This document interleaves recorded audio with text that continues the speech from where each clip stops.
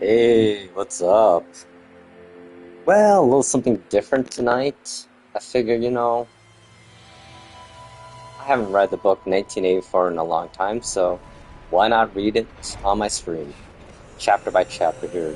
So here we go. 1984 by George Orwell. Chapter 1. It was a bright cold day in April, and the clocks were striking 13. Winston Smith, his chin nuzzled into his breast in an effort to escape the vile wind, slipped quickly through the glass doors of Victory Mansions, but not quickly enough to prevent a swirl of gritty dust from entering along with him. The hallway smelt of boiled cabbage and of old rag mats. At one end of it, a colored poster, too large for indoor display, had been tacked to the wall. It depicted simply an enormous face, more than a meter wide.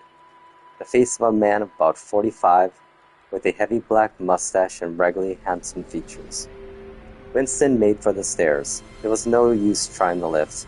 Even at the best times, it was seldom working, and at present the electric current was cut off during daylight hours. It was part of the economy drive in preparation for Hate Week. The flat was 7 flights up, and Winston, who was 39 and had a varicose ulcer above his right ankle, went slowly, resting several times on the way. On each landing, opposite the lift shaft, the poster with the enormous face gazed from the wall. It is one of those pictures which are so contrived that the eyes follow you about when you move. Big Brother is watching you. The caption beneath it ran.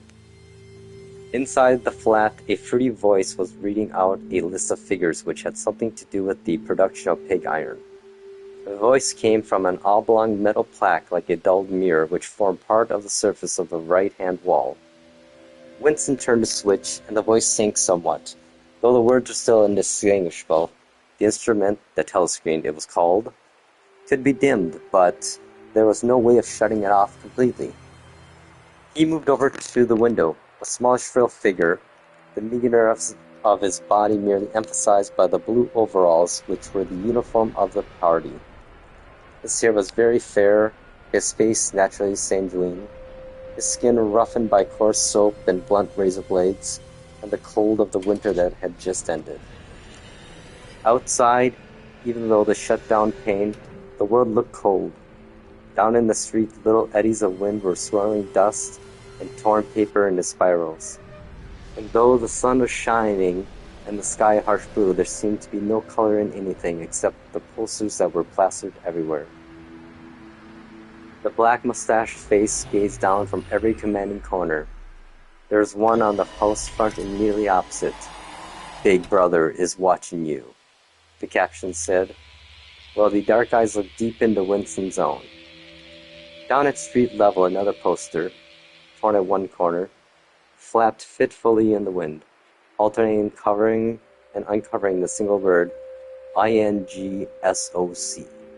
In the far distance, a helicopter skimmed down between the rows, hovered for an instant like a blue bottle, and darted away with a carving flight. It was the police patrol, snooping into people's windows. The patrols did not matter, however, only the top police mattered. Behind Winston's back, the voice from the telescreen was still babbling away about pig iron and the overfulfillment of the ninth three-year plan. The telescreen received and transmitted simultaneously. Any sound that Winston made above the level of a very low whisper would be picked up by it. Moreover, so long as he remained within the field of vision which the metal plaque commanded, he could be seen as well as heard. There was, of course, no way of knowing whether you were being watched at any given moment. How often or on what system the thought police plugged in on any individual wire was guesswork. It was even conceivable that they watched everybody all the time, but at any rate, they could plug in your wire whenever they wanted to. You had to live, did live, from habit that became instinct, in the assumption that every sound you made was overheard, and except in darkness, every movement scrutinized.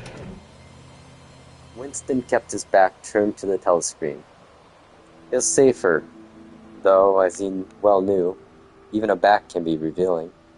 A kilometer away, the Ministry of Truth, his place of work, towered vast and white above the grimy landscape. This, he thought with a sort of vague distaste, this was London, chief city of Airstrip 1, itself the third most populous of the provinces of Oceania. He tried to squeeze out some childhood memory that should tell him whether London had always been quite like this. There are always these vistas of really 19th century houses, their sides shored up with balks of timber, their windows patched with cardboard, and their roofs with corrugated iron, their crazy garden walls sagging in all directions, and the bomb sites where the plaster dust swirled in the air, and the willow herbs straggled over the heaps of rubble, and the places where the bombs had cleared a larger patch, and there had sprung up sordid colonies of wooden dwellings like chicken houses. But it was no use. He could not remember. Nothing remained of his childhood except a series of bright-lit tableaux occurring against no background and mostly unintelligible. The Ministry of Truth, Minitrue and Newspeak. Newspeak was the official language of Oceania. For an account of its structure and etymology, see appendix. Was startlingly different from any other object in sight. It was an enormous pyramidal structure of glittering white concrete, soaring up, terrace after terrace, 300 meters into the air. From where Winston stood, it was just possible to read, picked out on its white face in elongated lettering, the three slogans of the party. War is peace. Freedom is slavery. Ignorance is strength. The Ministry of Truth contained, it was said, 3,000 rooms above ground level and corresponding ramifications below. Scattered about London there were just 3 other buildings of similar appearance and size. So completely did they dwarf the surrounding architecture that the roof of Victory Mansions, you could see all 4 of them simultaneously. They were the homes of the 4 ministries, between which the entire apparatus of government was divided. The Ministry of Truth, which concerned itself with news, entertainment, education, and the fine arts. The Ministry of Peace, which concerned itself with war. The Ministry of Love, which maintained law and order. And the Ministry of Plenty, which was responsible for economic affairs. Their names in Newspeak, Minitrue, Minipox, Minilouve, and Miniplenty. The Ministry of Love was a really frightening one. There was no windows in it at all. Winston had never been inside the Ministry of Love, nor within half a kilometer of it. It was a place impossible to enter except on official business, and then only by penetrating through a maze of barbed wire entanglements, steel doors, and hidden machine gun nests. Even the streets leading up to its outer barriers were roamed by gorilla-faced guards in black uniforms, armed with jointed truncheons. Winston turned round abruptly. He had set his features into the expression of quiet optimism which it was advisable to wear when facing the telescreen. He crossed the room into the tiny kitchen. By leaving the ministry at this time of day, he had sacrificed his lunch in the canteen, and he was aware that there was no food in the kitchen, except a hunk of dark-colored bread which had got to be saved for tomorrow's breakfast. He took down from the shelf a bottle of colorless liquid with a plain white label marked Victory Gin. It gave off a sickly, oily smell as of Chinese rice spirit. Winston poured out nearly a cupful, nerved himself for a shock, and gulped it down like a dose of medicine. Instantly his face turned scarlet and the water ran out of his eyes. The stuff was like nitric acid. Moreover, in swallowing it, one had the sensation of being hit on the back of the head with a rubber club. The next moment, however, the burning in his belly died down, and the world began to look more cheerful. He took a cigarette from a crumpled pack marked Victory Cigarettes, and incautiously held it upright, whereupon the tobacco fell onto the floor. With the next he was more successful. He went back to the living room and sat down at a small table that stood to the left of the telescreen. From the table drawer he took out a pen holder, a bottle of ink, and a thick quarto-sized blank book with a red back and a marbled cover. For some reason, the telescreen in the living room was in an unusual position. Instead of being placed as was normal, in the end wall where it could command the whole room, it was in the long wall opposite the window. To one side of it there was a shallow alcove in which Winston was now sitting, and which, when the flats were built, had probably been intended to hook bookshelves. By sitting in the alcove and keeping well back, Winston was able to remain outside the range of the telescreen, so far as sight went. He could be heard, of course, but so long as he stayed in his present position, he could not be seen. It was partly the unusual geography of the room that had suggested to him the thing that he was now about to do. But it had also been suggested by the book that he had just taken out of the drawer. It was a peculiar, beautiful book, a smooth, creamy paper, a little yellowed by age. It was of a kind that had not been manufactured for at least 40 years past. He could guess, however, that the book was much older than that. He had seen it lying in the window of a frowsy little junk shop in a slummy quarter of the town. Just what quarter he did not know now. Not now. Remember, it had been stricken immediately by an overwhelming desire to possess it.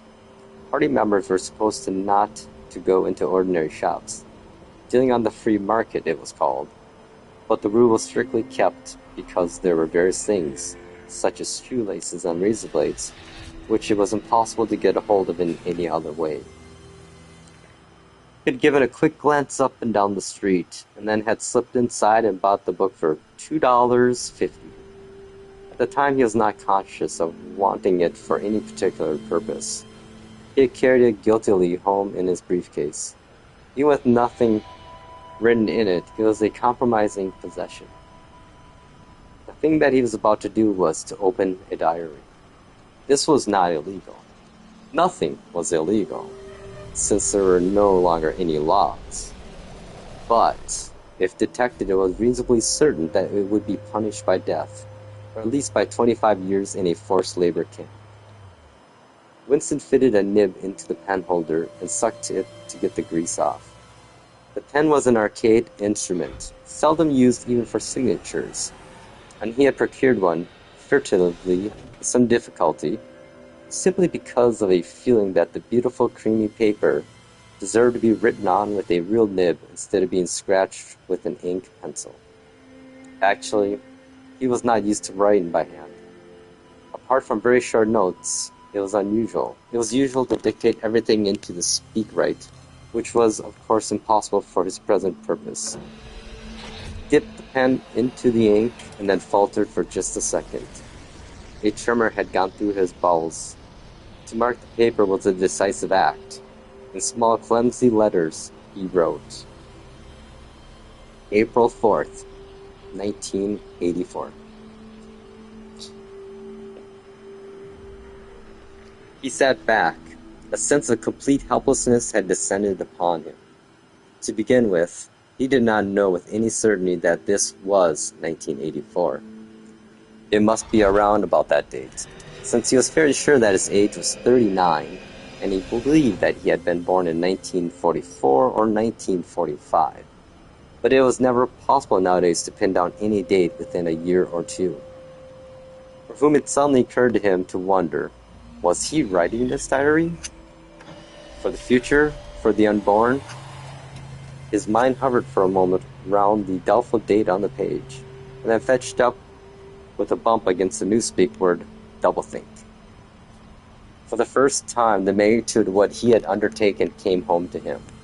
How could you communicate with the future? It was its nature impossible. Either the future would resemble the present, in which case it would not listen to him, or it would be different from it, and his predicament would be meaningless. For some time he sat gazing stupidly at the paper. The telescreen had changed over to strident military music. It was curious that he seemed not merely to have lost the power of expressing himself, but even to have forgotten what it was that he had originally intended to say. For weeks past he had been making ready for this moment, and it had never crossed his mind that anything would be needed except courage. The actual writing would be easy. All he had to do was to transfer to paper the interminable restless monologue that had been running inside his head literally for years.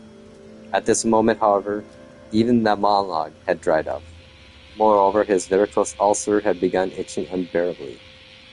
He dared not scratch it, because if he did so, it would always become inflamed.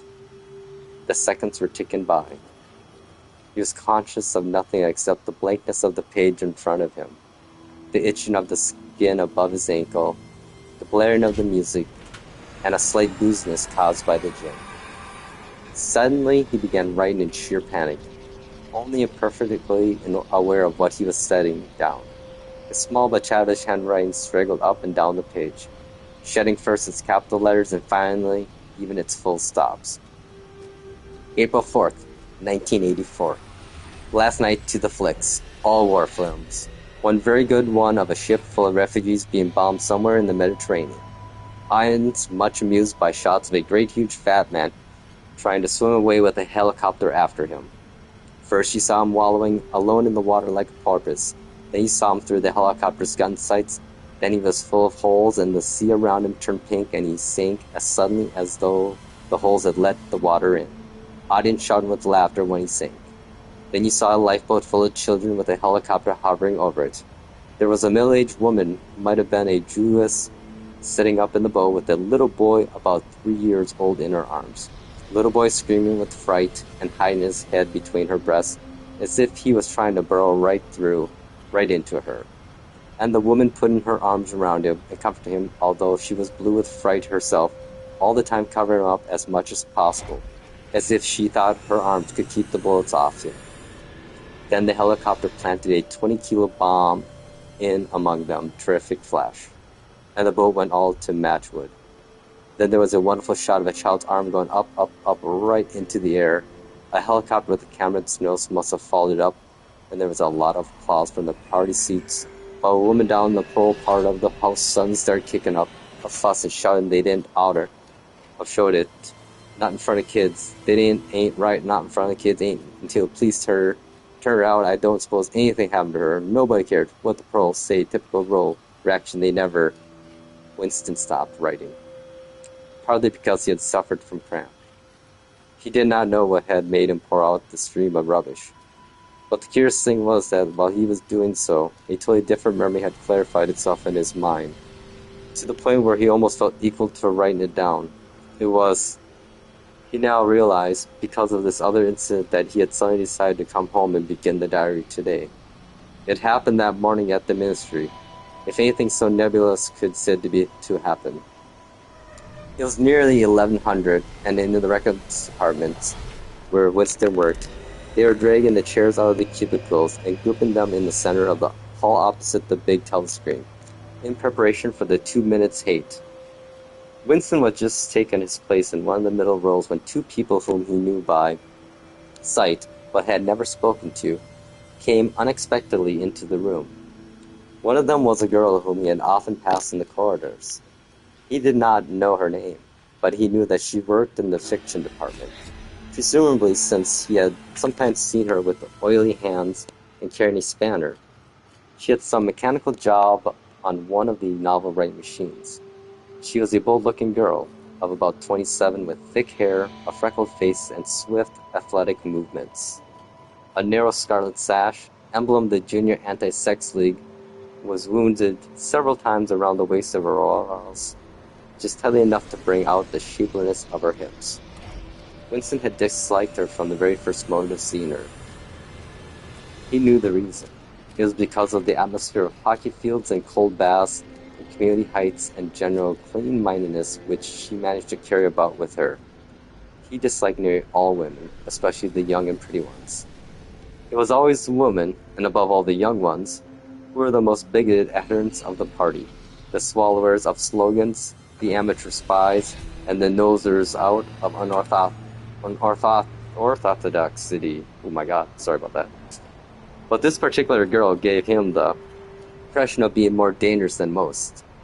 Once when they passed in a corridor, she gave him a quick sidelong glance which seemed to pierce right into him, and for a moment had filled him with black terror.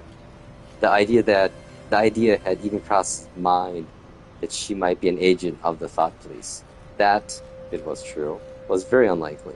Still, he continued to feel a peculiar uneasiness, which had fear mixed up in it as well as hostility, whenever she was anywhere near him. The other person was a man named O'Brien, a member of the inner party and holder of some post so important and remote that Winston had only a dim idea of its nature. A momentary hush passed over the group of people around the chairs as they saw the black overalls of an inner party member approaching. O'Brien was a large, burly man with a thick neck and a coarse, humorous, brutal face. In spite of his formidable appearance, he had a certain charm of manner. He had a trick of resettling his spectacles on his nose, which was curiously disarming, in some indefinable way, curiously civilized. It was a gesture which, if anyone had still thought in such terms, might have recalled an 18th century nobleman offering his snuff-box. Winston had seen O'Brien perhaps a dozen times in almost as many years. He felt deeply drawn to him, and not so because he was intrigued by the contrast between O'Brien's urbane manner and his prize-fighting physique. Much more, it was because of a secretly held belief, or perhaps not even a belief, merely a hope, that O'Brien's political orthodoxy was not perfect. Something in his face suggested it irresistibly. And again, perhaps it was not even unorthodoxy that was written in his face, but simply intelligence. But at any rate, he had the appearance of being a person that you could talk to if somehow you could cheat the telescreen and get him alone. Winston had never made the smallest effort to verify this guess. Indeed, there was no way of doing so. At this moment, O'Brien glanced at his wristwatch, saw that it was nearly 1100, and evidently decided to stay in the records department until the 2-minute hate was over. He took a chair in the same room as Winston, a couple places away.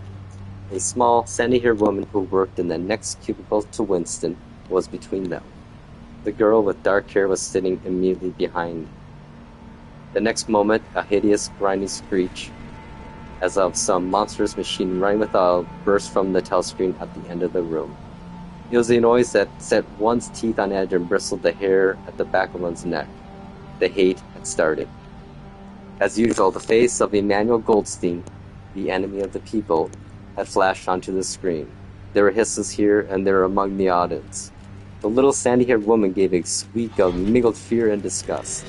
Goldstein was the renegade and backslider who once, long ago, how long ago nobody quite remembered, had been one of the leading figures of the party, almost on a level with Big Brother himself, and then had engaged in counter-revolutionary activities, had been condemned to death, and had mysteriously escaped and disappeared.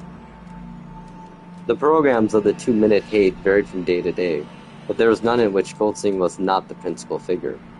He was the primal traitor, the earliest defier of the party's purity. All subsequent crimes against the party, all treacheries, acts of sabotage, heresies, deviations, sprang directly out of his teaching. Somewhere or other, he was still alive and hatching his conspiracy, perhaps somewhere beyond the sea, under the protection of his foreign paymasters, perhaps even, so is occasionally rumored, in some hiding place in Oceania itself. Winston's diaphragm was constricted. He could never see the face of Goldstein without a painful mixture of emotions.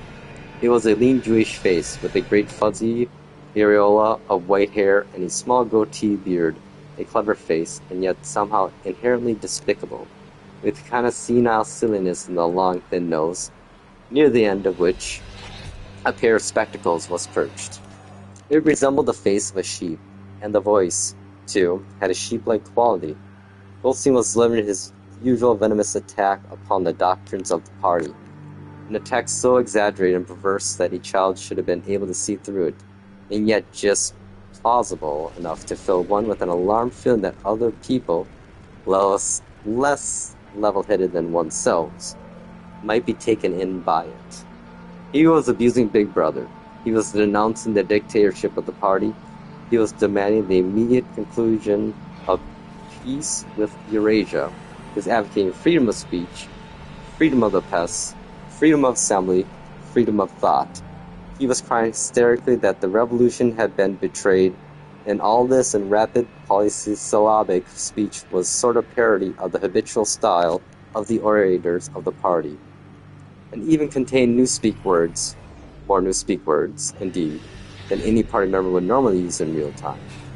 And all the while, lest one should be in any doubt as to the reality which Goldstein's specialist claptrap covered, behind his head on a telescreen there marched the endless columns of the Eurasian army, row after row of solid-looking men with expressionless Asiatic faces, who swam up to the surface of the screen and vanished, to be replaced by others exactly similar. The dull rhythmic tramp of the soldiers' boots formed the background to Goldstein's bleeding voice. Before the hate had proceeded for 30 seconds, uncontrollable exclamations of rage were breaking out from half the people in the room. The self-satisfied sheep-like face on the screen, and the terrifying power of the Eurasian army behind it, were too much to be borne. Besides, the sight or even the thought of Goldstein produced fear and anger automatically. He was an object of hatred more constant than either Eurasia or even Eastasia, since when Oceania was at war with one of these powers, it was generally at peace with the other. But what was strange was that although Goldstein was hated and despised by everybody, although every day, 1,000 times a day, on platforms, on the telescreen, in newspapers, in books, his theories were refuted, smashed, ridiculed, held up to the general gaze for the pitiful rubbish that they were, in spite of all of this, his influence never seemed to grow less. Always there were fresh dupes waiting to be seduced by him. A day never passed when spies and saboteurs acting under his direction were not unmasked by the thought police. He was the commander of a vast shadowy army, an underground network of conspirators dedicated to the overthrow of the state. The Brotherhood, its name was supposed to be. There were also whispered stories of a terrible book, a compendium of all the heresies of which Goldstein was the author, and which circulated clandestinely here and there. It was a book without a title. People referred it, if at all, simply as the book. But one knew of such things only through vague rumors. Neither the Brotherhood nor the book was a subject that any ordinary party member would mention if there was a way of avoiding it. In its second minute, the hate rose to a frenzy. People were leaping up and down in their places and shouting at the tops of their voices in an effort to drown the maddening, bleeding voice that came from the screen. The little sandy-haired woman had turned bright pink, and her mouth was opening and shutting like that of a landed fish. Even O'Brien's heavy face was flushed. He was sitting very straight in his chair, his powerful chest swelling and quivering as though he were standing up to the assault of a wave. The dark-haired girl behind Winston had begun crying out, "Swine! Swine! Swine!" And suddenly she picked up a heavy Newspeak dictionary and flung it at the screen. It struck Goldstein's nose and bounced off. The voice continued exorbitantly. In a lucid moment, Winston found that he was shouting with the others and kicking his heel violently against the rung of his chair. The horrible thing about the 2-minute hate was not that one was obliged to act a part, but, on the contrary, that it was impossible to avoid joining in. Within 30 seconds, any pretense was always unnecessary. A hideous ecstasy of fear and vindictiveness, a desire to kill, to torture, to smash faces with a sledgehammer, seemed to flow through the whole group of people like an electric current, turning one, even against one's will, into a grimacing, screaming lunatic. And yet the rage that one felt was an abstract, undirected emotion which could be switched from one object to another like a flame of a glow lamp. Thus, at one moment, Winston's hatred was not turned against Goldstein at all, but on the contrary, against Big Brother, the party, and the thought police. And at such moments his heart went out to the lonely, derided heretic on the screen, sole guardian of truth and sanity in a world of lies. And yet, the very next instant, he was at one with the people about him, and all that was said of Goldstein seemed to be him true. At those moments, his secret loathing of Big Brother changed into adoration, and Big Brother seemed to power up, an invincible, fearless protector, standing like a rock against the hordes of Asia and Goldstein, and in spite of his isolation, his helplessness, and the doubt that hung about his very existence, seemed like some sinister enchanter, capable by the mere power of his voice of wrecking the structure of civilization. It was even possible at moments to switch one's hatred this way or that by a voluntary act.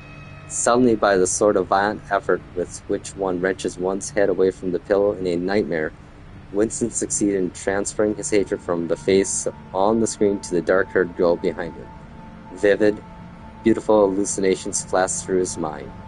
He would flog her to death with a rubber truncheon. He would tie her naked to a stake and shoot her full of arrows like Saint Sebastian. He would ravish her and cut her throat at the moment of climax. Better than before, moreover, he realized why it was that he hated her. He hated her because she was young and pretty and sexless, because he wanted to go to bed with her and would never do so, because around her sweet supple waist, which seemed to ask you to encircle it with your arm, there was only the odious scarlet sash, aggressive symbol of chastity. The hate rose to its climax. The voice of Goldstein had become an actual sheep's bleat, and for an instant the face changed into that of a sheep. Then the sheep face melted into the figure of a Eurasian soldier who seemed to be advancing, huge and terrible, his submachine gun roaring and seeming to spring out of the surface of the screen so that some of the people in the front row actually flinched backwards in their seats. But in the same moment, drawing a deep sigh of relief from everybody, the hostile figure melted into the face of Big Brother, black-haired, black mustache, full of power and mysterious calm, and so vast that it almost filled up the screen. Nobody heard what Big Brother was saying. It was merely a few words of encouragement, the sort of words that were uttered in the din of battle, not indistinguishable individually, but restoring confidence by the fact of being spoken. Then the face of Big Brother faded away, and instead the slogan of the party stood out in bold capitals. War is peace. Freedom is slavery. Ignorance is strength.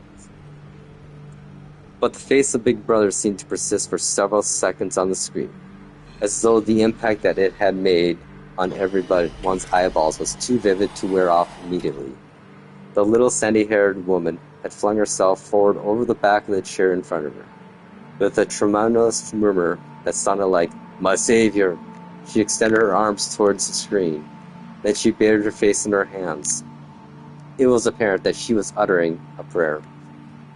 At this moment, the entire group of people broke into a deep, slow, rhythmical chant of "BB, BB," over and over again, very slowly, with a long pause between the first B and the second B. A heavy, murmurous sound, somehow curiously savage, in the background of which one seemed to hear the stamp of naked feet and the throbbing of tom-toms. For perhaps as much as 30 seconds they kept it up. It was a refrain that was often heard in moments of overwhelming emotion.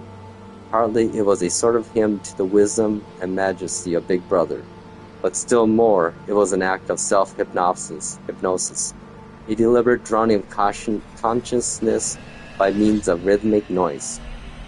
Winston's entrails seemed to grow cold. In the 2 minutes' hate, he could not help sharing in the general delirium. But the subhuman chanting of B, B, B, B always filled him with horror. Of course, he chanted with the rest. It was impossible to do otherwise.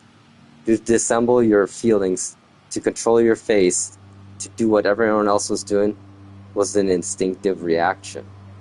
But there was a space of a couple seconds during which the expression of his eyes might have conceivably have betrayed him.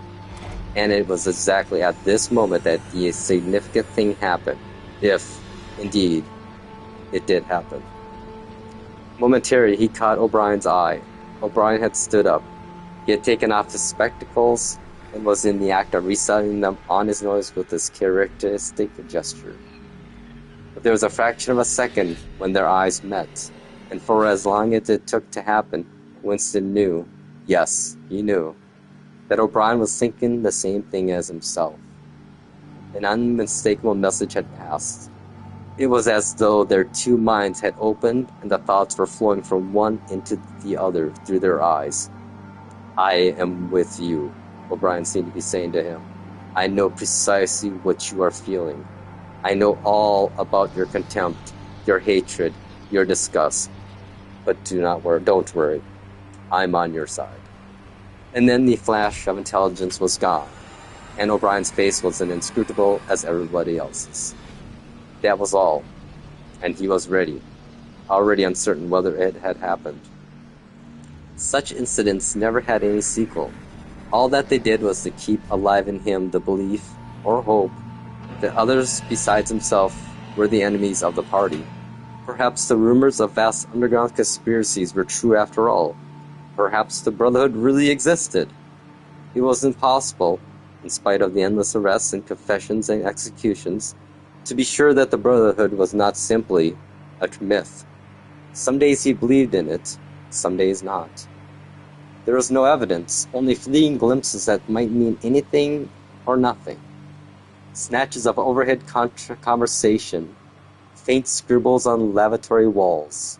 Once, even, when two strangers met, a small movement of the hand which had looked as though it might signal a recognition.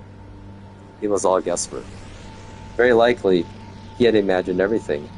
He had gone back to his cubicle without looking at O'Brien again. The idea of following up their momentary contact hardly crossed his mind. It would have been inconceivably dangerous, even if he had known how to set about doing it. For a second, 2 seconds, they had exchanged an equivocal glance, and that was the end of the story. But even that was a memorable event, in the locked loneliness in which one had to live. Wow, this is like resounding too well nowadays. Winston roused himself and sat up straighter. He let out a belch. The gin was rising from his stomach. His eyes refocused on the page. He discovered that while he sat helplessly musing, he had also been writing, as though by automatic action. And it was no longer the same cramped, awkward handwriting as before. His pen had slid voluptuously over the smooth paper, printing in large, neat capitals. Down with Big Brother. Down with Big Brother. Down with Big Brother. Down with Big Brother. Down with Big Brother. Over and over again, filling half a page. He could not help feeling a twinge of panic. It was absurd, since the writing of those particular words was not more dangerous than the initial act of opening the diary. But for a moment, he was tempted to tear out the spoiled pages and abandon the enterprise altogether. He did not do so, however, because he knew that it was useless. Whether he wrote down with Big Brother, or whether he refrained from writing it, made no difference. Whether he went on with the diary, or whether he did not go on with it, made no difference. The thought police would get him just the same. He had committed, would still have committed, even if he had never set pen to paper, the essential crime that contained all others in itself. Thought crime, they called it. Thought crime was not a thing that could be concealed forever. You might dodge successfully for a while, even for years, but sooner or later they were bound to get you. It was always at night. The arrest invariably happened at night. The sudden jerk out of sleep, the rough hand shaking your shoulder, the lights glaring in your eyes, the ring of hard faces around the bed. In the vast majority of cases, there was no trial, no report of the arrest. People simply disappeared, always during the night. Your name was removed from the registers. Every record of everything you had ever done was wiped out. Your one-time existence was denied and then forgotten. You were abolished, annihilated. Vaporized was the usual word. For a moment he was seized by a kind of hysteria.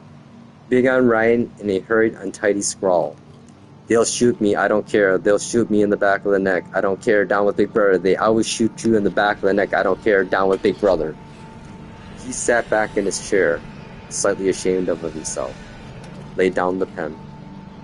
The next moment he started violently. There's a knocking at the door. Already! He sat as still as a mouse, in the futile hope that whoever it was might go away after a single attempt. But no. The knocking was repeated. The worst of all would be to delay. His heart was thumping like a drum, but his face, from long habit, was probably expressionless. He got up, and moved heavily towards the door. End of chapter 1. I think that's all I'll do for tonight. That gets to be long, but yeah, if you haven't read this book, 1984 by George Orwell, you should definitely read it. It's becoming more applicable. A lot of these books, classics, books like this, Tale of Two Cities. I mean, there's so many out there. They're really becoming relevant in light of the world we live in and exist in. Like, 1984 was George Orwell. This was written back in the 30s, 40s. So this is the far future for that writer, George Orwell. He was very good too. Animal Farm, another amazing book. Wow, I read all these books in high school actually. This was part of our curriculum, was reading these books. So yeah, nowadays I don't think you could get by reading this book and teaching 1984 in school, which is scary. So yeah, I think I might do a couple of chapters, a chapter a week or whatever, and by the end of the year we'll have all of them done. But yeah, it's crazy. I hung out with some friends today. We actually went and watched Teenage Mutant Ninja Turtles, the movie. They re-released it at a theater near me, and me and my buddy went there and sat in a theater with about 7 other people and watched the 1990 movie, I think it release was. Which honestly is at the time was the best, I think, live action remake of any cartoon to live action ever, really, at that point. Because they did actually a really good job with the Turtles, Teenage Mutant Ninja Turtles, because it was all costumes and actually people that were trained in martial arts and very athletic type of stuntmen or whatever, stuntwomen. I mean, and the casting actually, when I look back on it, whoever did that woman that did April O'Neil in the movie, first one, oh my god, spot on, perfect to the cartoons and the video games. Same with Casey Jones too. The first movie, they nailed the character, picking the characters and the matchup. But yeah, that movie, I mean, we went to it and it seemed like it literally was, we watched it and it was over with, it went by so fast, it was crazy. We were talking outside the theater, guys, did that seem really short to you or what? I'm like, yeah, it kind of did. I'm like, did we miss half the movie or something? But yeah, it was only an hour and a half movie. It's funny, you get so used to 2-hour movies and everything, so yeah, I kind of went to first person mode there to make the camera look prettier or something. But so yeah, we'll see if I keep doing these or not. I figure something different. A lot of my streams are me ranting about things, and I should do better. But it's my stream, right? I can do whatever I want, and I just, it's got to be put out there. I just like to say things out loud. I like to say the things out loud, People are thinking it, but they're not saying it, so I'm just going to say it. I don't care. Yeah, it's... And I'm the optimist, too. That's the problem I have. Is, oh, man. I want to have hope. I had hope so much. I'm so mad at myself and for being so naive in the early 2000s in technology and being in the field and everything, and thinking that, these big tech companies Apple, Google, Apple, Amazon, all of them, they're going to help humanity and change the world for the better. And Jesus, fucking, I'm an idiot. Talk about being naive. I thought I was a smart guy at that time, too. That was I guess I was in my 20s, so yeah, naive. 20s, that's the time, where you think you know everything and better than everyone, and so guilty of that. And then 30s is the time you're oh, hey, wait a second here. Then 40s is the looking back and you're yep, I was an idiot. But that's, part of life. Part of being a good human, I think, is being self-aware of who you are and what you've done. Even if you've not done the most bad things in life, the fact that you can recognize it and at least admit it, and if you, regret it or try to atone for it, I give you another chance any day. I can't give people second chances that don't help themselves, It's I can help you so much, you gotta start helping yourself out here. And, it's what are you bringing to the relationship, So there you go. Old man tip to young people. some days it's just sometimes you just gotta say call it on like relationships, friendships. Like if it's a one-way friendship relationship and there's nothing coming back from the other side, you gotta ask yourself, is it worth it? You know, like what am I getting out of this? Because it's a two-way relationship, two-way street, always should be. So, yeah, life's crazy. You'll find that out in life, though. I mean, I don't know, though, I guess. I mean, I'm trying to think, that's a weird thing. I'm late 90s, 2000s, my 20s, so, I'm in my mid-40s, gonna be up on 50 soon here or whatever, eventually, and, like, I'm thinking of all the people I knew. I had a really, I don't want to, like, sound braggy or anything, but I knew a lot of people, like, well, the thing is, my friends we were all extroverts, like, big-time extroverts, like, partiers to, my buddy and my best friend and I, we're best friends still, which is awesome. I've been friends with him for, like, 35 years. Holy shit, huh? Yeah, my best friend, we've been hanging out since, 35 years ago, but yeah, we had our ups and downs. Like, there was a moment, a year or two, where him and I hardly talked, and we're pissed at each other for stupid things we each did. And then finally, like a couple of years after that, we kind of got together and like, you know what, I'm sorry. And like, I don't know, I'm sorry. I did some stupid shit. It's like, yeah, I did too. Like, what the fuck's wrong with us? Why don't we just apologize and move on with our lives? And because, you're a good guy and I'm a good guy. And yeah, so yeah. So him and I are like best friends these days, like better, like, yeah. We've gone through life and death situations together, him and I, so I know that if there's a situation where bad things are happening, I can trust him. Like, I know he has my back and I have his, and he's going to do the right thing, and he knows I'll do the right thing too. So it's weird when you have a life and death situations with somebody. Moments like that in your life will change you, and relationships of your view of a person that you go through that with, or whatever, it's a bond that you create that's unlike anything. It's crazy. It's fun. I'm not fun, but it's really like the moment. It's literally a moment of truth. It becomes like, I remember that moment. That was like my college days. Like, I was freshman in college, and we were in mushrooms, and we were in this horrible storm. Actually, we didn't realize till afterwards that storm like took out a town near us. A tornado went right through the whole town, and one of the worst tornadoes in that like area in over like 50 years, I guess. And we're out in it, Truman, and my buddy and I and our friends rescue like this quadriplegic guy that's caught in the middle of the storm, and we're in the middle of mushrooms and tripping our balls off. But no, after that moment, Tim and I, we looked at each other totally different. Like, it's like when it's weird. I don't know. Like, we'll be hanging out, and something weird is like brewing. Like, something feels off, and I'm like, I don't like what's going on here. I'll look over at my buddy, and he'll look over at me and give me the look like he's thinking the same thing. I'm like, yeah, you get me? Like, yeah, let's go. Yeah, we better let's make sure it doesn't become a bad thing here. So it's him and I, like, when we're together, we're all about doing the right thing, say something. Like, that's a good friend to have.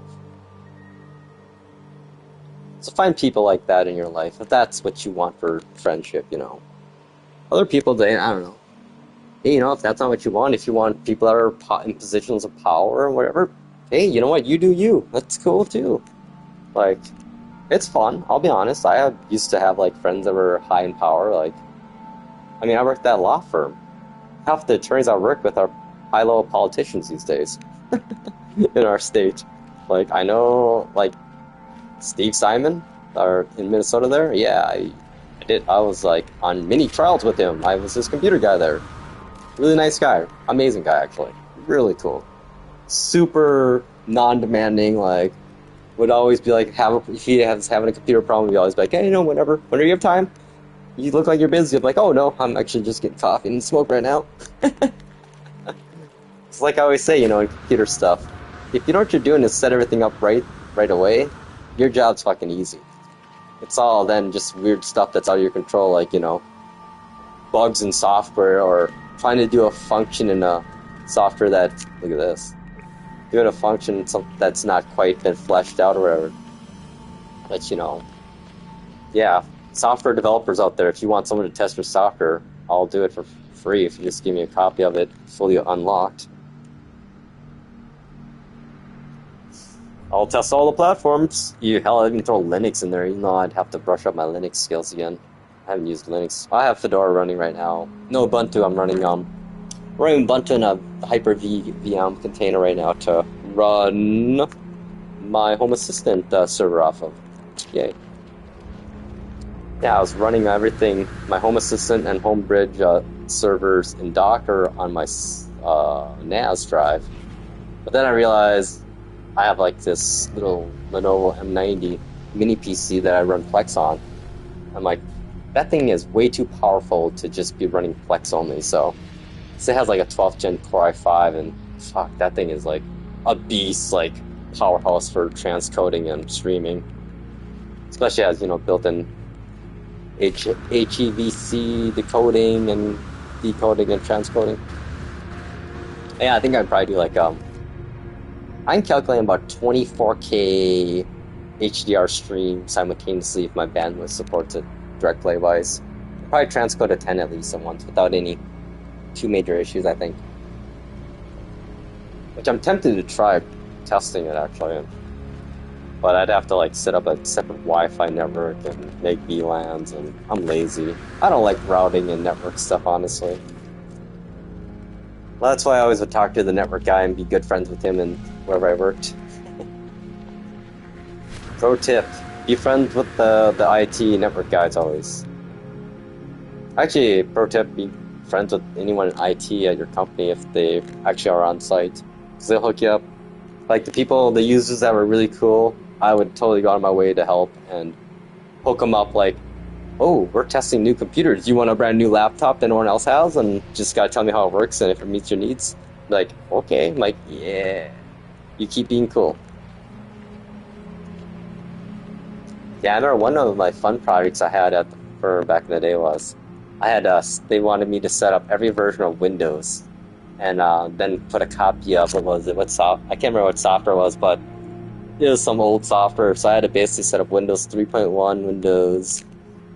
Let's see here. MS-DOS 7.0, Windows 3.1, Windows 95, A I think it was, and then Windows 98, Windows XP, Windows 2000, Windows NT 4.0, Windows Vista, Windows 8.1, and then I think Windows 7.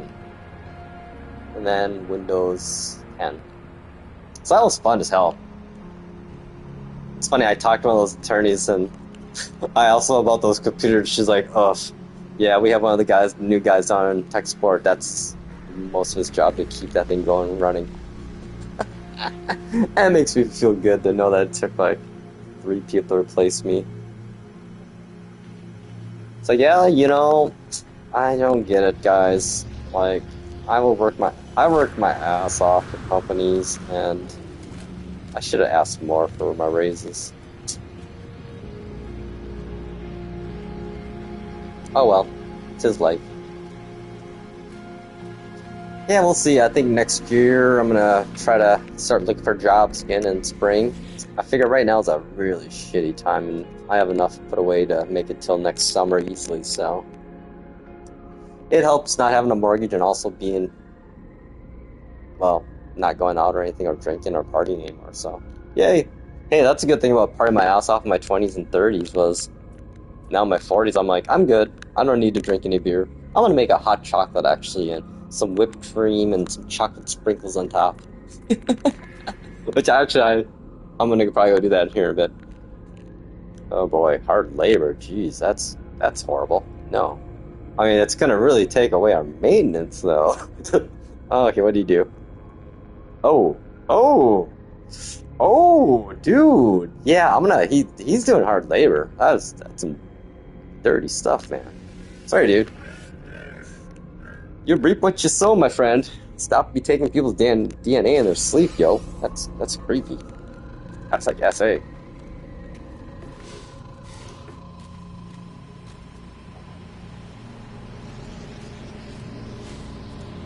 Oh yeah, let's see. Oh yeah, I was gonna. Well, no. We're gonna go back to my one water base. Oh my god, the chair. That's so much fun. Uh, the throne to the stars. I called it.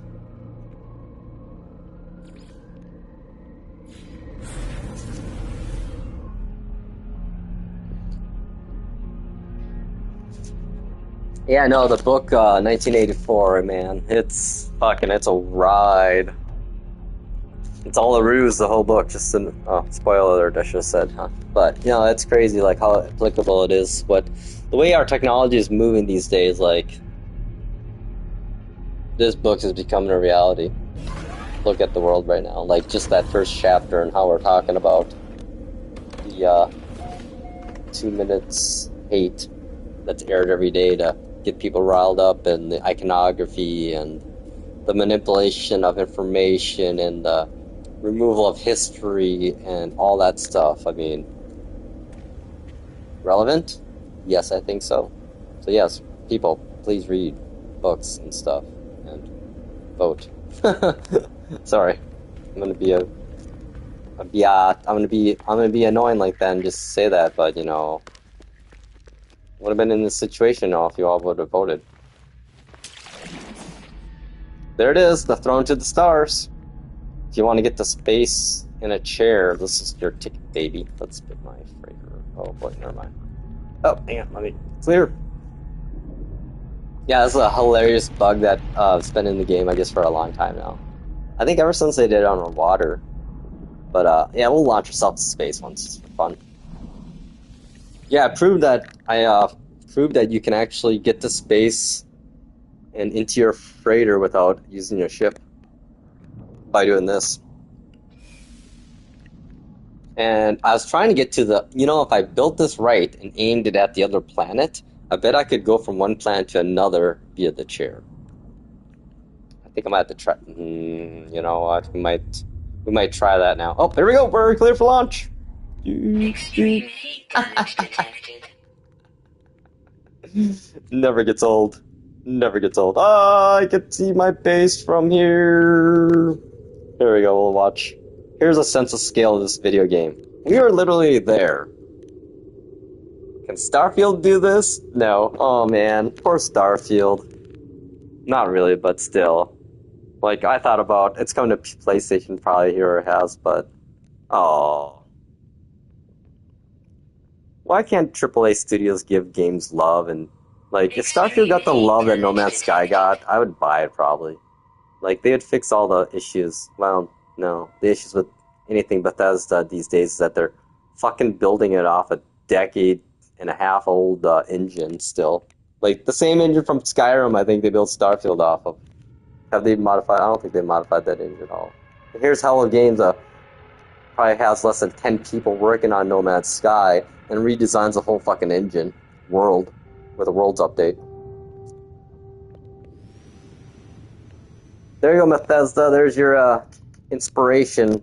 Little man Devi Studios that can do things that you can't with. It's kind of sad. AAA, man. AAA literally is dying because they're literally listening to the fucking shareholders that are making design decisions on games. Yeah, that's smart. It's basically like the private equity of video games. Incidents going to be happening here. Shareholders are going to try to mooch profits, and it's going to catastrophically backfire here in the next year, end of 2025 to early next year. Yeah, I predict a massive slump in game sales starting, well, probably right now. Like, this holiday season is going to be disappointing. It's funny, I got an email from Nintendo saying, hey, you can buy your Switch 2 now. I'm like, ha ha ha. No. Middle finger to you.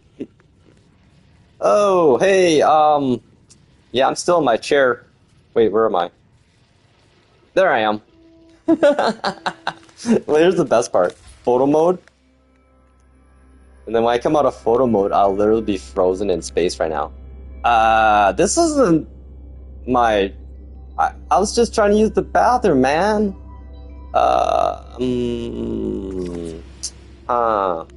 This is a precarious position to be in, I must say. I wonder if I can make it over there. Oh, jeez, hang on. I'm almost dying. Technology recharge. Yeah, I'm kind of in the atmosphere. Okay, well, fine. We're just gonna get up here and... Thermal protection. Okay, let's go. Look at this. This is the best part. It's like it thinks I'm still in the water almost. So I'm like swimming in space. Okay, that's actually kind of cool. Technology recharge. This might take a while. Actually, hang on. Let me. Can I call? Oh, hang on. We'll just do this. Or see if I can. Oh, come on. Oh, jeez. Technology recharge. See if I can get on one of these frigates here. Oh, I don't know if I'm gonna make it. They're pretty far away. But I'm swimming, so this might work. Need my silly experiments. Technology recharge. Okay, it's gonna take a while, but we're gonna get there. Oh boy, this is crazy. Like, I think I broke the physics right now. I think the whole flying to space in a chair breaks the physics. Technology recharge. Yeah, this is what you do after 9 years of playing this game. Swimming in space. Oh, we're there. We're getting close. Hang on. Is that the closest? It is. Oh yeah, we're gonna land here and... Oh yeah, dude, I'm like a bit... Hang on. Oh, I gotta get high. I think space physics takes us over when I get near this frigate. Oh, here we go. I'm falling now. Oh, jeez. Okay, jetpack. Recharge. Equalized. We got this. Oh, get over there. Yeah. Oh yeah, we're gonna make it. Oh, look at that. We got out of the water filter too. Hang on, let's see if we can... Whew. Oh, okay. Wow, that was stressful. Now we just gotta get over there and use the teleporter. Wait, hey, jetpack, don't fail me now. There we go! Woo, we made it! Okay. Good deal. Awesome.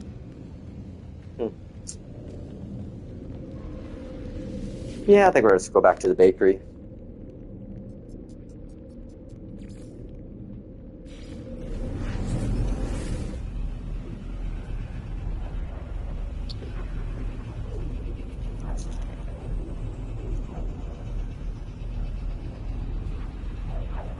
Yeah, it's funny, I like hooked up my HD antenna to my TV again since my condo's taken down the satellites for DirecTV, which is, I'm okay with that. It's less money to pay every month. But man, I fucking watch the nightly news on, I don't know, from NBC or something or whatever, and wow, talking about depressing, holy shit. The headlines are like, literally out of the book 1984. Like, that's why I read the book today. The chapter 1 of 1984 tonight was because I watched the news today, and I'm like, holy fuck. Wow. People, y'all need to read 1984. Read the Cliff Notes if even. Don't watch the movie, though. It's not very good. So, yeah. So, there you are. I think I need to just watch the pretty sunset here eventually. That's what time is it? It's 12 o'clock game, so I got 6 hours till sunset.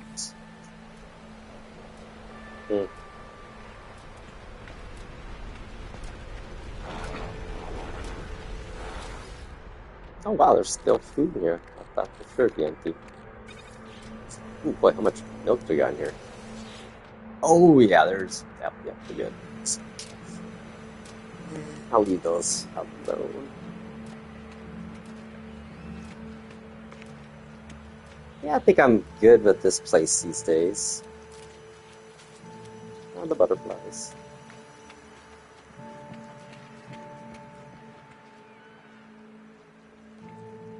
Yeah, it's nice.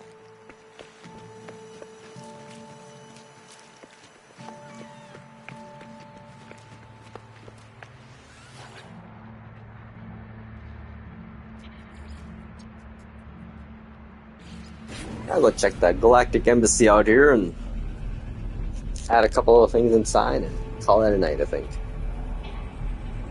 Yeah, I gotta try to get to bed at a decent time tonight. I got my new microwave getting put in tomorrow. Woohoo!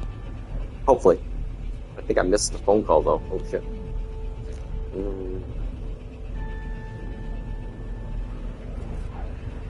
Well, I guess I'll just wake up super early.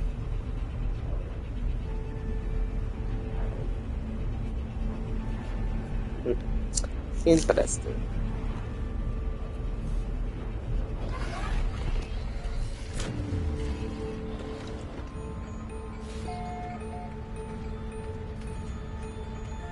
Yeah, I think I'm glad I put that. Oh yeah, this grass is pretty. Let's sit up in our little area here. Check out our nice little views. I just love the bioluminescent grass planets. Let's sit down.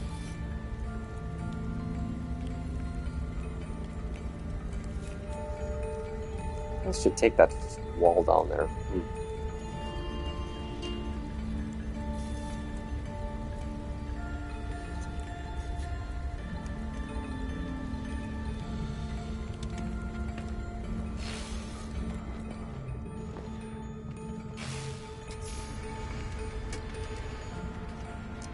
Oh, yeah, so I was gonna do one thing quick. Get rid of this stupid thing.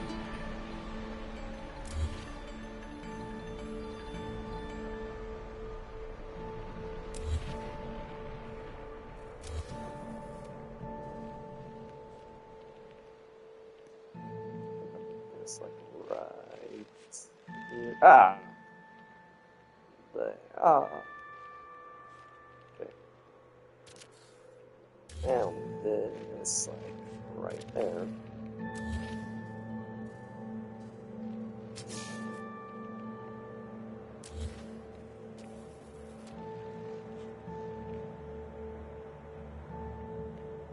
There we go.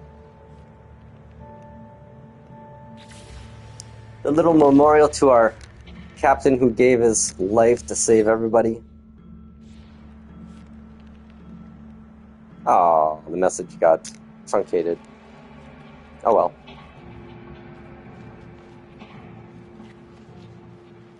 Yeah, I would totally live on a planet like this. Just looks so good. Oh.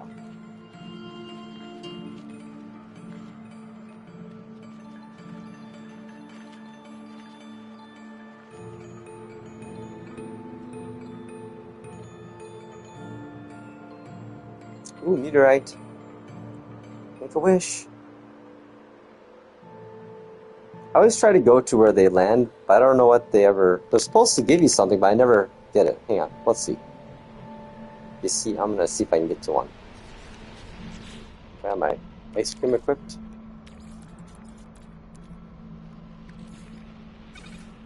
Get a little jetpack boost, in case we do. Oh well. Galaxy am I in?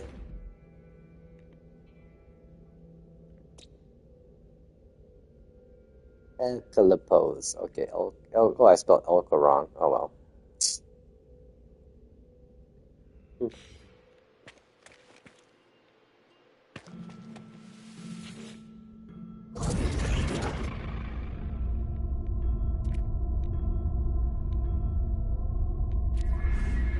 Oh, sweet. I don't have to do the thing. Okay, let's just randomly put some glyphs in. What symbol should we go with? Diplo, starship, balloon, spider, jellyfish, Diplo. Not sure what that's called. Whale. Nah, whale again. And Triforce. And different spider. Ooh, let's see where we end up.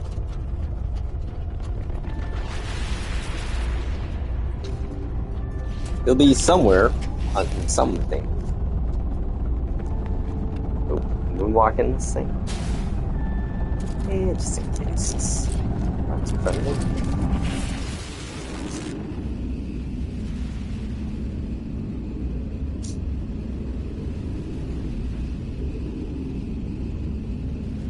Oh, I gotta remember taking my microwave plate out of my microwave just to have an extra. Actually, I would use it for my plants. Ooh. Oh yeah, good times. Ooh, where did we end up? First contact. Alright. Oh, hey, there's my ship. Oh, I remember when you used to take portals like this, and you didn't get your ship to come with you. That sucked so bad. Huh. God, this looks like... This style feels like the old retro No Man's Sky style. Like, this filter feels like the launch, like, 1.01 version almost. It's weird. Anyone else feeling that vibe? I don't know. Huh.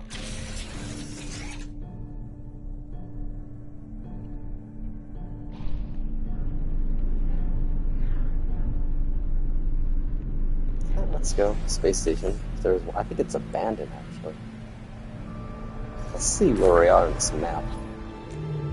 Oh, we're like... We're on the left side now. We were on the right side before. Oh yeah, this is like... What region are we in? Oh, yeah. Yep, definitely not gonna run any players out here, I don't think. Truly empty space,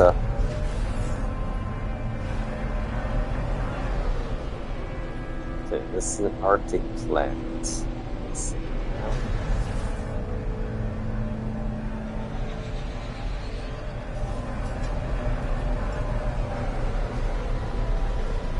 Yeah, we'll check out some planets here.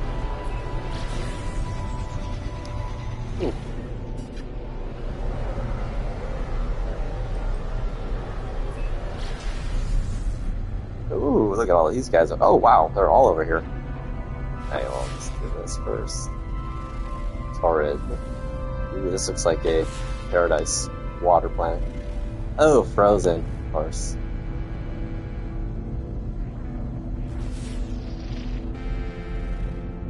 Bin. Oh, geez.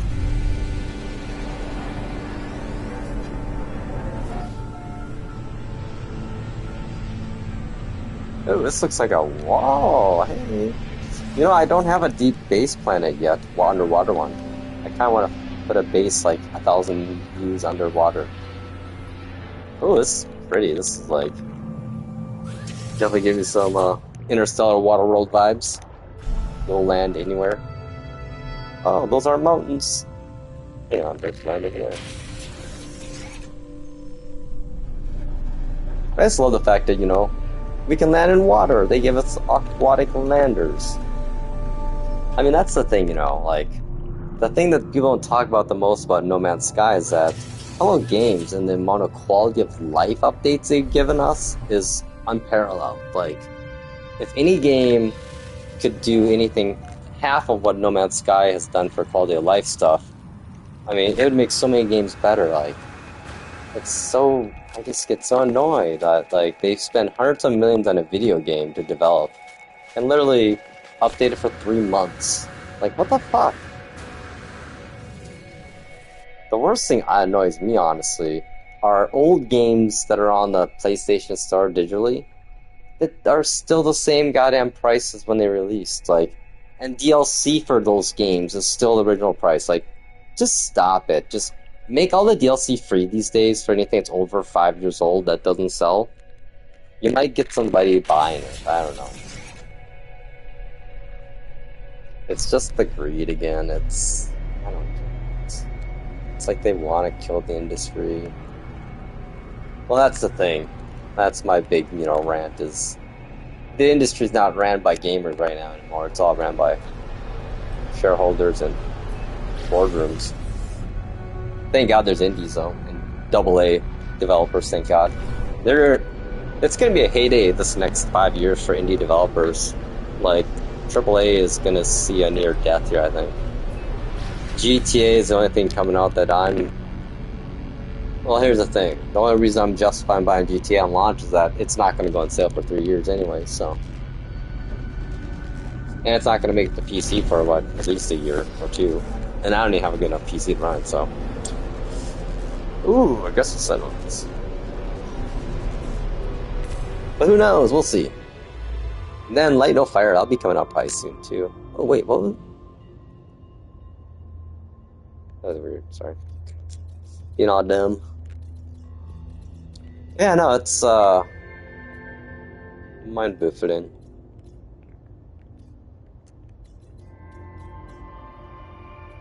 Been trying to find, like, a giant, paradise planet. The last time I went looking for a giant paradise, I ended up with that perfect planet that had my bakery on.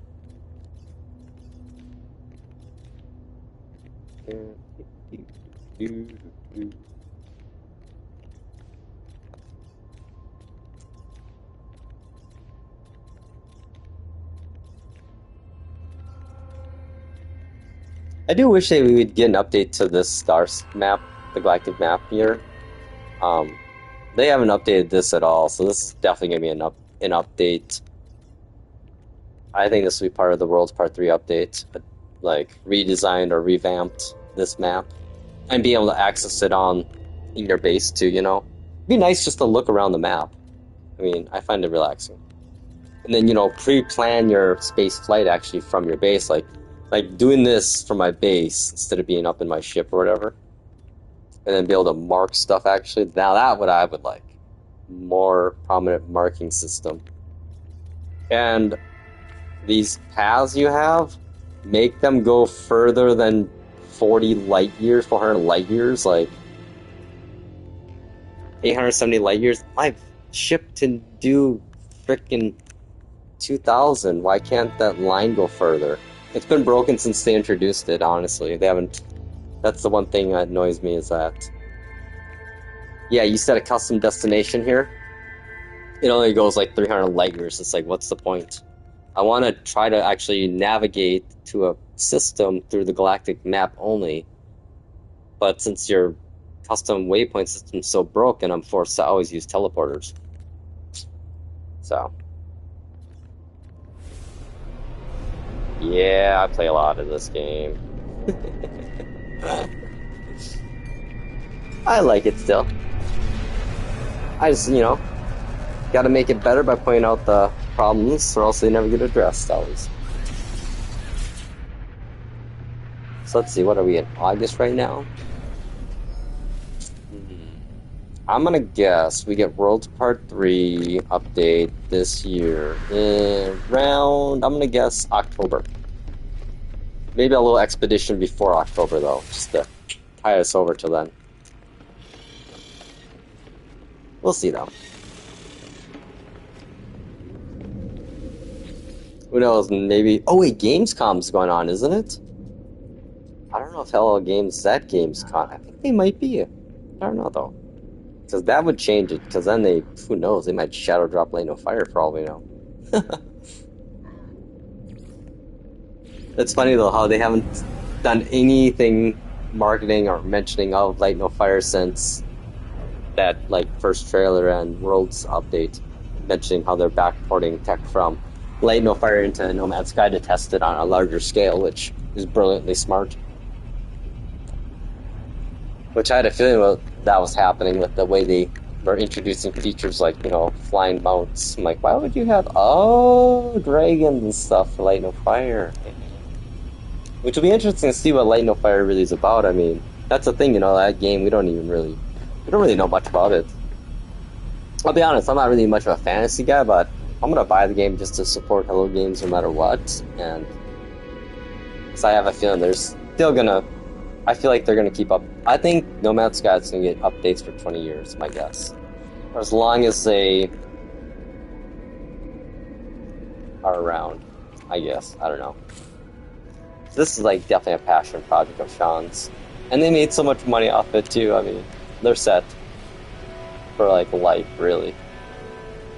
Oh yeah, I love rings. They're so cool. Okay, I think I'm building something here. I don't know. I've been slacking on my settlements lately.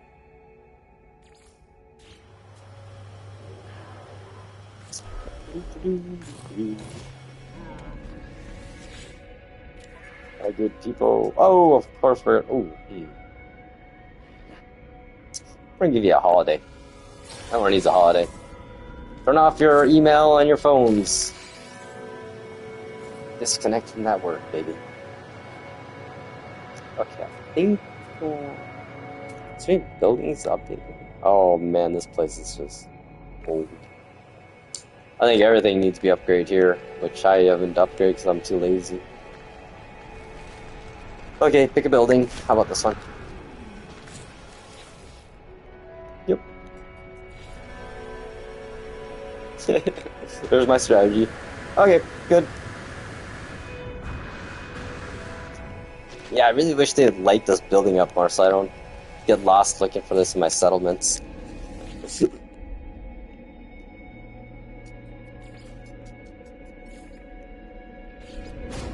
You know, I'm gonna throw a base down next to this thing here. That's what we're gonna do. We're gonna build out this settlement because it's fully built out and upgrade to S-class everything.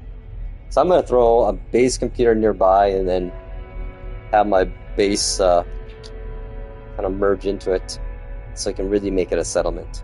Ooh, yeah. God, I should upgrade the autophage one too.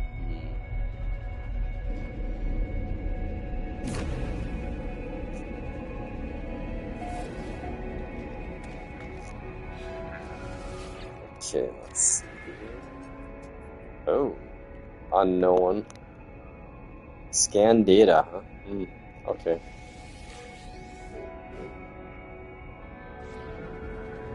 Hey! Oh yeah, it's kind of cool. Where you get this, it turns into nanites. Oh. Oh, look at these parts. Why do these parts come in here when I destroy them? I'm gonna do that. Oh, silly.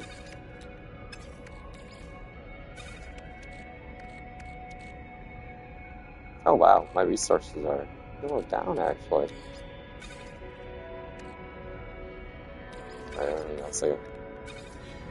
Alright, there we go. Managing. Let's see, where should we put a computer?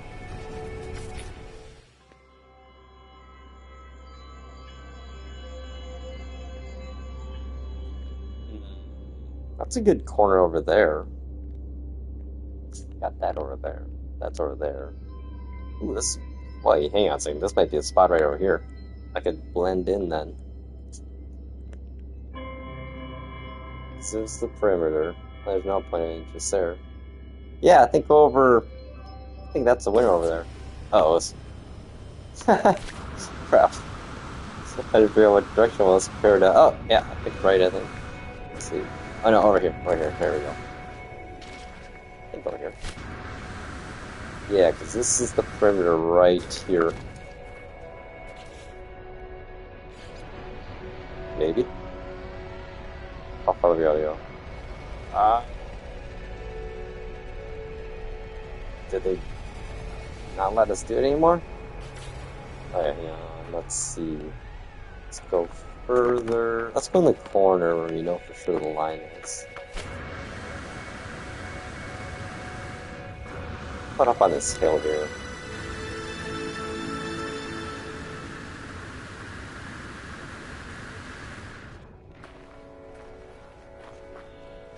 God, there's so many points of interest. Okay, let's see here. Ah, okay. Oh, I should have kept the base. I had a base before, but I removed it. And oh man. I don't think I'm gonna. Oh, look at that! How far I gotta be away. Oh, jeez. Hang on. I got an idea. I have an idea. Okay, once I have it down. Ah, I'm sneaky. Very sneaky. This should extend my base boundaries too. Okay, let's keep doing that until we get in our base inside.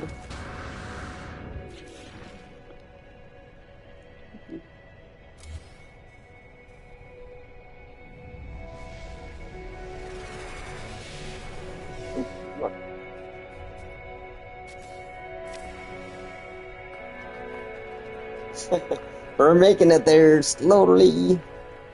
Kind of a crappy side, I think, though. Yeah, you know what? We're just gonna undo that. This thing here. There we go. Okay. Let's go on this side. Now I know what I'm doing.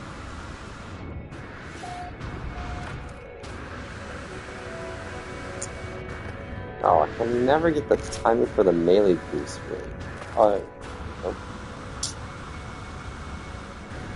Yeah, if you like do a melee boost when you land, you can kind of, it'll just rocket you, like super boost you.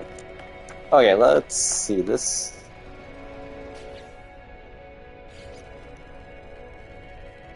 There's the border.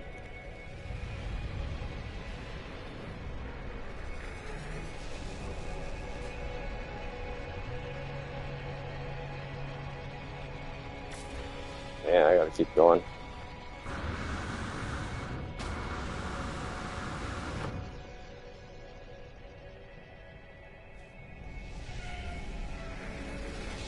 How does this one go? Dang. Well, maybe that is a spot to go. Let's see. Thermal protection falling.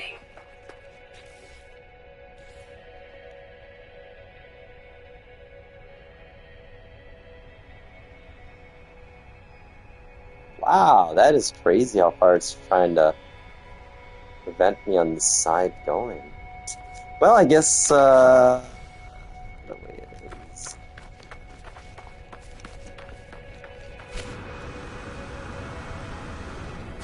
Let's try over here, I guess. Here is the end. Yeah.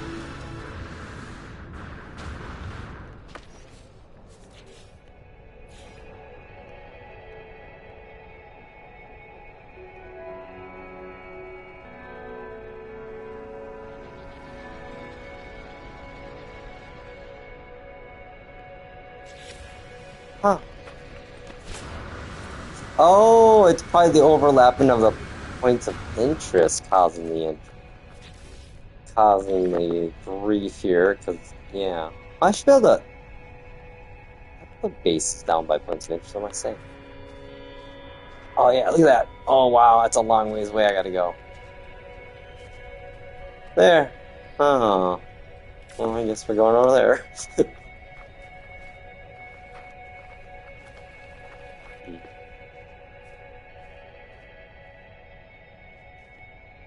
Wow, that's a long. I guess that is 600 U's, I guess. Okay, let's do that. Now, once we have that down like that, now we can pick it up and take it anywhere we want, I think. Look at that. We're cheating. There we go for now. Okay, get this base inside of our settlement here.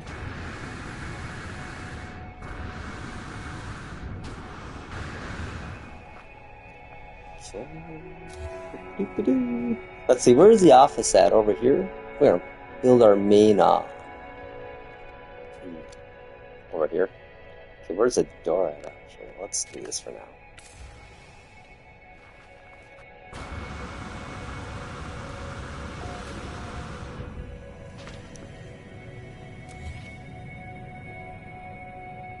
Okay, so front doors. Oh, what a crappy spot for a front door. Okay, where should we set up our base at here? I think we're gonna go in this area. So launch pad here, overseer office, and a tower. Okay. Well, no matter what, this is gonna be here, so I guess it doesn't really matter. Okay. See how this works. Or let me claim it. I think it will. Oh yeah. Oh. Damn. I know what I gotta do now then. I gotta do the other way of doing it. I might be able to actually just do it this way. I might just need to be on the border. Oh, hey! Oh. This might take a while.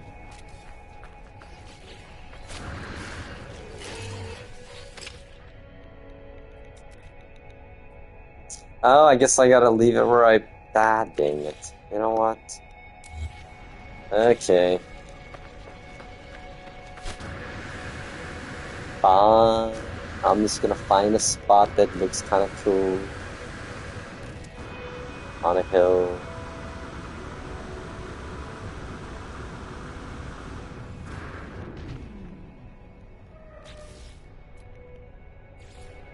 Hey, okay.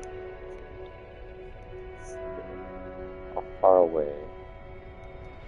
Ah, look at that. Actually, this wouldn't be a bad spot, really. All the way up to... Oh, there we go. Cool. How the heck did it let me do it here? Well, I guess we'll see. It will let me. Let's see. Okay, I've heard that before. Liar. Oh, hey! How... I'm not sure how that... I'll take it. I'll take... Oh, I know why. I'm actually not even close to my settlement. I'm in the points of interest. Okay, let's move our base into our settlement. Actually, hang on, let's do this.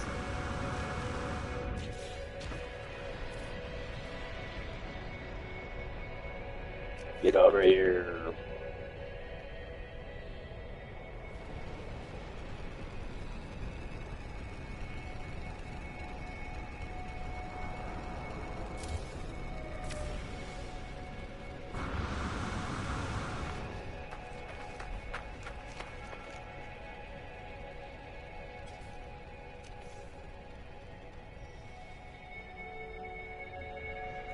Definitely see a lot of garbage in this area.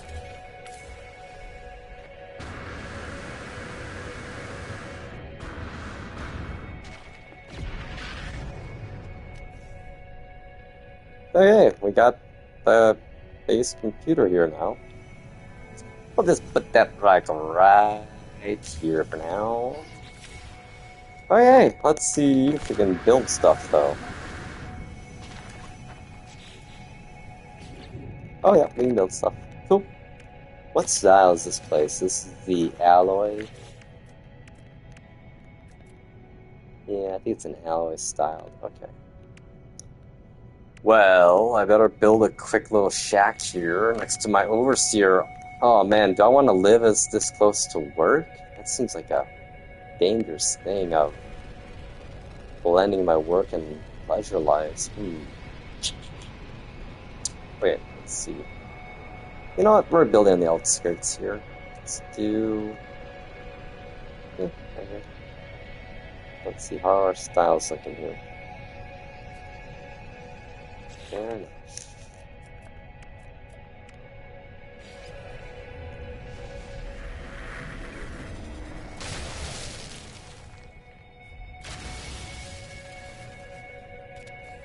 None of the buildings are really lined up, are they? No.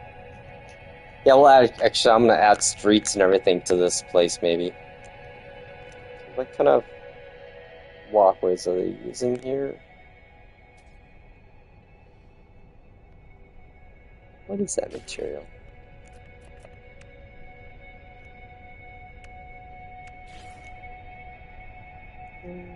Hey, an alloy. Huh.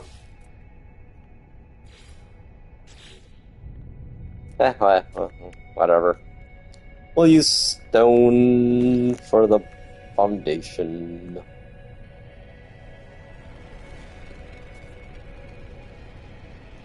Are there any good views here?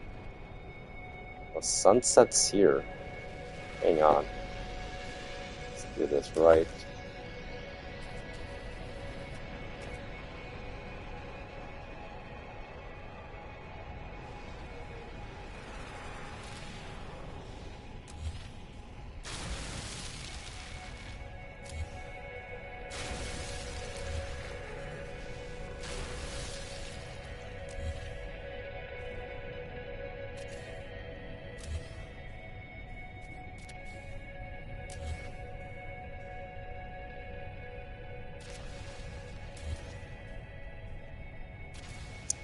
I'll just make a quick makeshift base here to tie us over for right now. Try to match the style of this, I guess, of this place. Yeah, such ugly windows, man. What the hell is that? It's not even a window.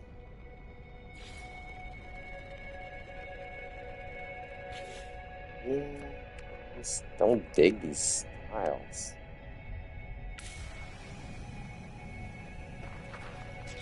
Okay, let's match it up here.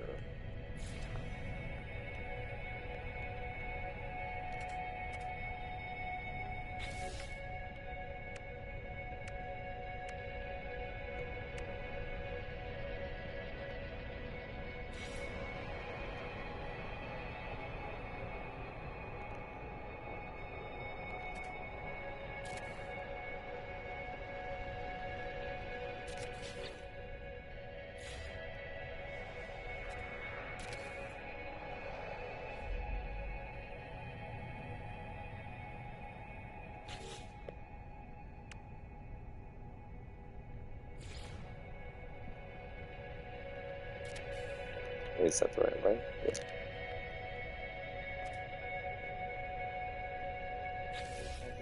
I want some windows and lights in there. So we'll go with the... Ooh. I mean, I like this design.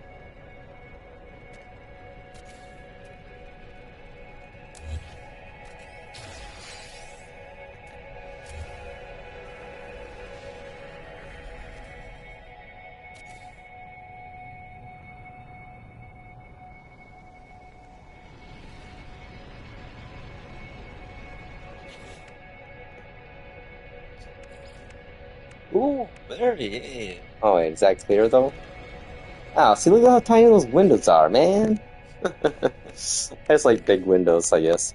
I like big windows and I cannot lie. Okay, I'm gonna stop. There we go. Okay. I don't know why I'm being so particular. It's just a makeshift, temporary solution, so.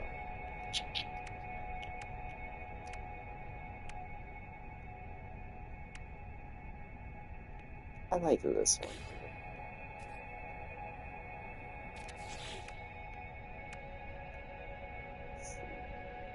Door, door.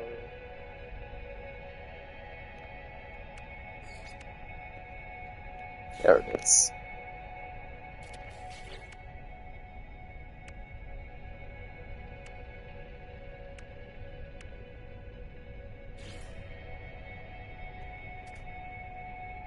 Nice having two doors, you know? Oh, those do not match at all.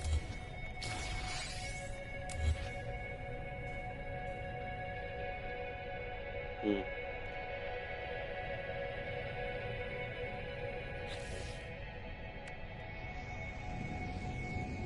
Excluded small window.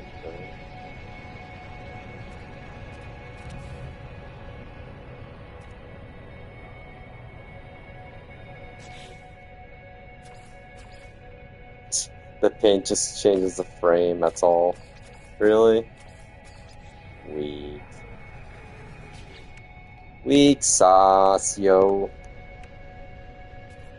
Let's see here. Variations.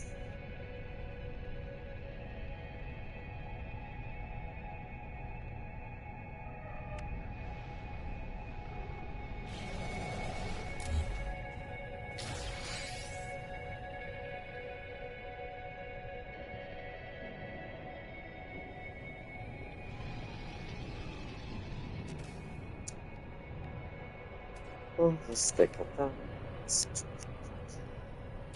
Go.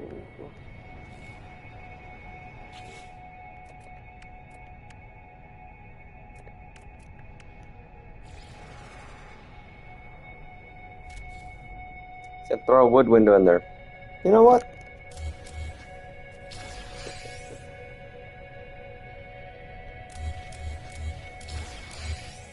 The hell with the design style matching.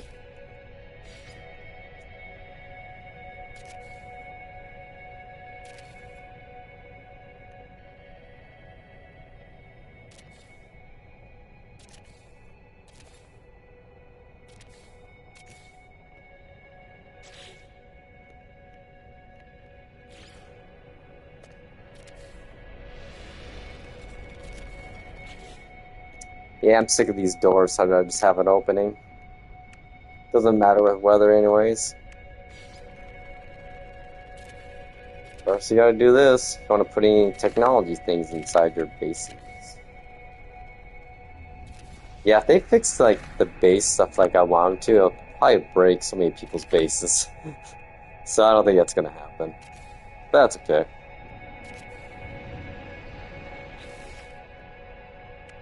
Man, something's going on with the textures right now. Oh, I know what it is. It's the freighter and the shadow. It's all funky dunky.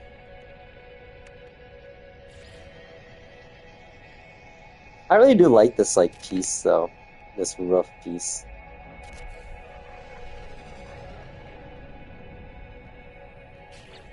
It brings me joy.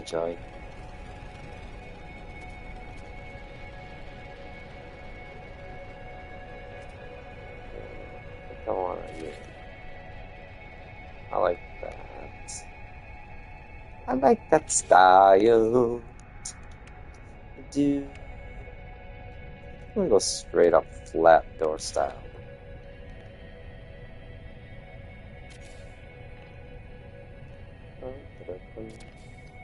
There we go. Our quick little makeshift, you know what? We're gonna give ourselves a personal landing pad here.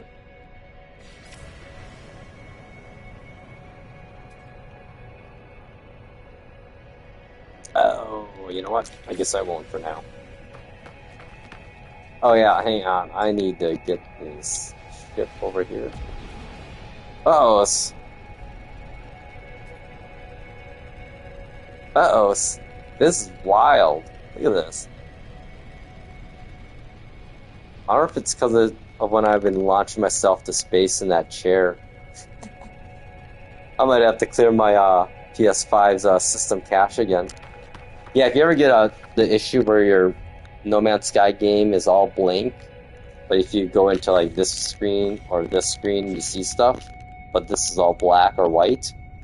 What you have to do, at least on PlayStation 5, is to restart into safe mode and do a clear system cache, and then reboot, and it'll be good to go. Which I might have to do offline here, because that's. Did I get a screenshot of that? No. Yeah, there's some texture issues. I don't know if you guys can see that in the stream or not, but okay, cool. Anywho, well, we got our. Oh, god dang it! I was gonna put some quick power in and a teleporter. The basics, eh? Do one of these here.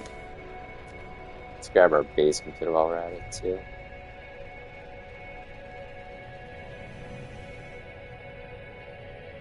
So I can line it up here.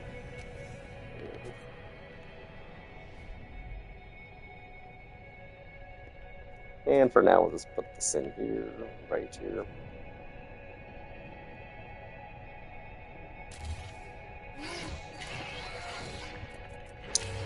Let's see. I need to buy. Oh man, I need more metal plating. Let's see. We'll just be cheap and do a biofuel reactor style. NoMansSky we're playing right here. There we go. I could use a battery, but it's not worth it.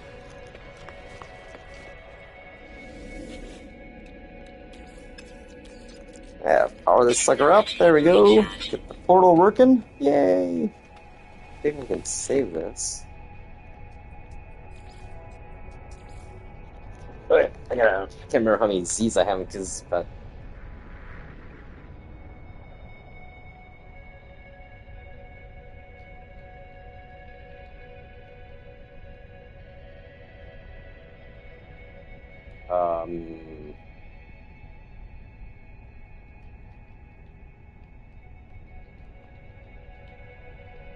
There we go.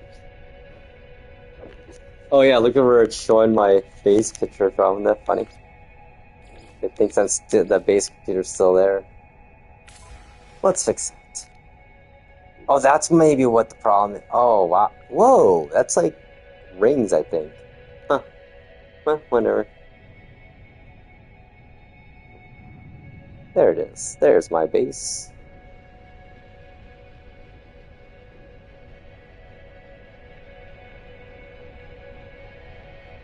Yeah, my building's the coolest building in the settlement because I got windows. There we go. Picture right. Oh, I love that cape though. There we go. Cool. Well, now I can live where I work. Oh, boy.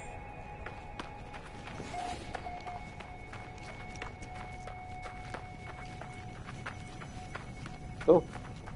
Alright, dude, what's up?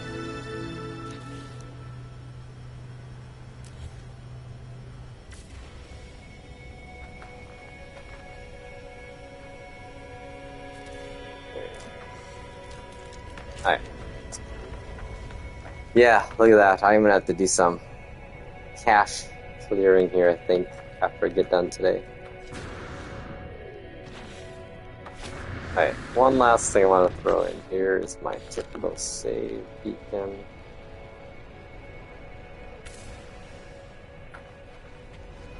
And then last thing is to store the edges here. Yeah, that's one thing that was a problem with the beacon updated building was it was making too much of a indent here, so you couldn't walk right onto your... Oh, look at that! I can't do anything because it's... Oh, never mind then.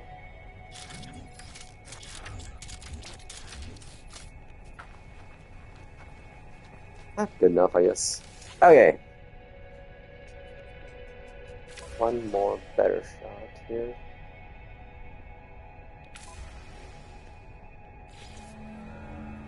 Cool. Well, we'll work on that later this week. Or tomorrow night. Okay, I'm gonna head back to the base, the bakery, and then... Yeah, I'm gonna call it. I need to get to bed because I gotta get up early for my microwave install. Woo! I'm gonna have a rotating microwave tray again. Which is sad because my microwave works great, except the bottom doesn't rotate, and it's kind of annoying actually, but... So, I wonder if any of my friends need a microwave. Probably not. Yeah, and say if anyone's in the Minneapolis area and wants a free stove and microwave, hit me up.